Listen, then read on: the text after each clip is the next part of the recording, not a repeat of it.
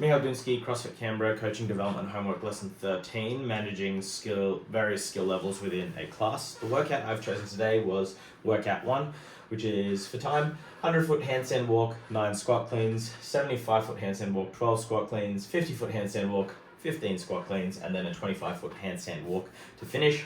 Weight is 185 pounds for men, 135 pounds for women.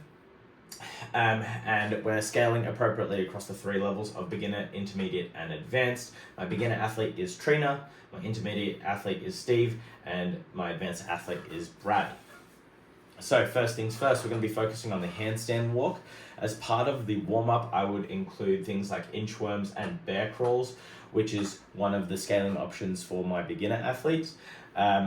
Getting the body moving, going forward in a forward momentum and building a little bit more confidence, being, head closer to the ground and inverted, upside down. And then as we went into more specific progressions towards handstand walking in our skill piece after the general warm-up, we'd be looking at getting comfortable being closer to full inversion. So things like box wall walks and partial wall walks, where we're getting upside down and getting our body at a lovely right angle. A full wall walk, which is getting our chest, thighs, nose touching the wall, so in a full inversion, holding that position. Inverted shoulder taps, so getting into a full wall walk or a partial wall walk at least, and moving left to right, working on balance, and then attempting some handstand walks to wall and some attempted lengths. Now for Trina, given that her primary scaling option for today's workout will be a bear crawl, I would still get her to go through box wall walks and partial wall walks, getting her a little bit more confident and being upside down, and allowing her to experience that little bit extra challenge in that inverted position. After we get to the point where she would have to go back, we'd focus on what we're expecting of her in her walk in the workout today. We'd still be covering the same distance, but I would challenge her to try and do those lengths unbroken. I would set up a 25-foot track in our gym or a 7.5 meter track, just to give a target for a person to go to, as opposed to too long a length and really burn out the shoulders. Now with Steve, he is at a point in his CrossFit time where he can kick up onto his hands and he can stumble forward, not really control, 1 or 2 meters. So as we go through the wall walk, inverted shoulder taps, and handstand walks to wall, I'd put an emphasis on trying to control every step that he takes, as opposed to try and fall into it. With his scaling option for today, the 3 attempts per round is appropriate.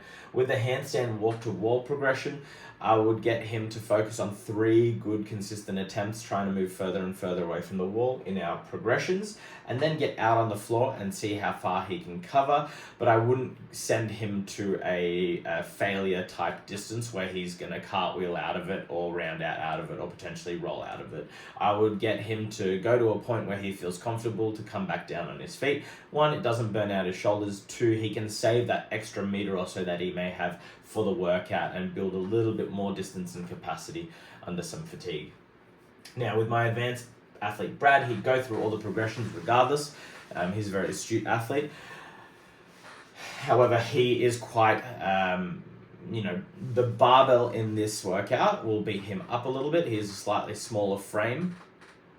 So that will impact how his handstand walks will go. He's usually very quick on his hands when it comes to gymnastics workouts, but as soon as there's a heavy barbell involved, it does tend to challenge him a little bit more. My challenge for Brad in this workout would be to try and do his 7.5 meter lengths unbroken.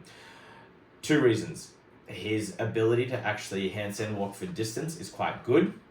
However, I would like him to focus on learning how to pace that out. So kicking up and controlling the 7.5 meters, having a breath at the other end, turn around to come back, right? So unbroken 7.5 meter lengths is an appropriate challenge for him.